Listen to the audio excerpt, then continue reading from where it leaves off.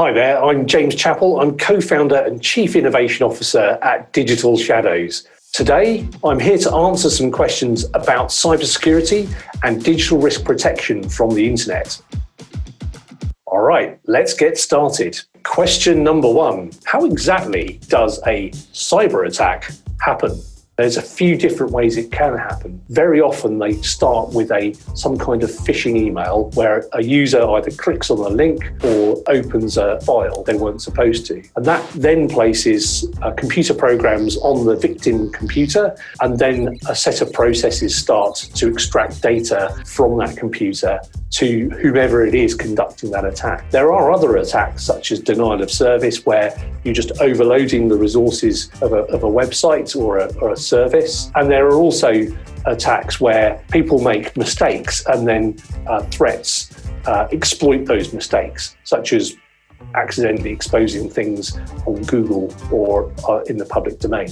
All right, here's another. Is the dark web really bad? Some people, when they talk about the dark web, mean specifically technologies that help improve anonymity and privacy. In those cases, there's actually a lot of really legitimate uses of those technologies.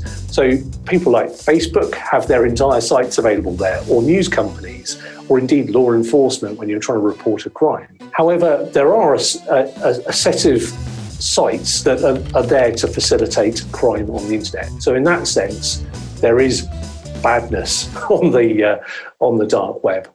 Okay, up next, which Hollywood movies would best showcase real-life examples of cyber attacks? Number one favourite is actually a TV series called Mr. Robots. They spent a long time consulting and getting the attacks that you see in that be some of the most realistic available. However, if I had to pick a movie, it'd probably be Jurassic Park, because you've got the insider working away to disrupt what's going on in the dinosaur park. You didn't say the magic word.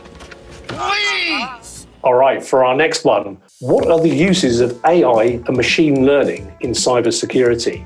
AI and machine learning have a role to try and help scale the expertise that humans bring to the cybersecurity process. So if you think about a lot of security is looking for a needle in a haystack, what AI and machine learning can do for us is to create a needle-rich haystack so that we've got far less effort required to get through this torrent of data that we have to look at. Next question. How do I assess the level of cybersecurity protection my organisation needs? Well, fortunately, there's agencies such as the Cybersecurity Agency in Singapore and the National Cybersecurity Centre in the UK that provide some fantastic advice for organisations. At Digital Shadows, we follow an approach that works really well. So, for example, we look at the assets that an organisation is looking to protect. We then assess the digital footprint of those assets on the internet, and we turn that into alerts and mitigations that customers can use to manage those risks. Following a process such as this, with identifying assets, identifying risk, and then managing them, is absolutely the right thing to do for all organisations.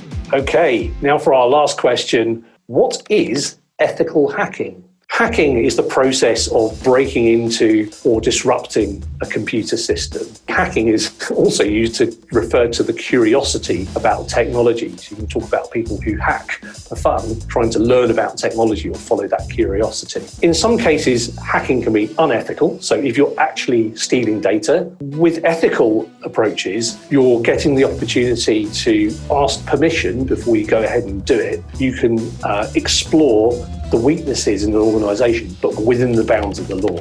So ethical hacking is all about doing it in a way that's ethical and lawful. All right, so that's all the questions we have. I hope that you've managed to learn a bit more about cybersecurity from my answers. For me, digital risk is the number one thing that organisations need to focus on. There's lots of opportunity from investing in new technology, and it's brilliant that organisations can make the most of these, but at the same time, they really need to manage the risks so that everybody can enjoy all the benefits. I've been James from Digital Shadows. Thanks for watching.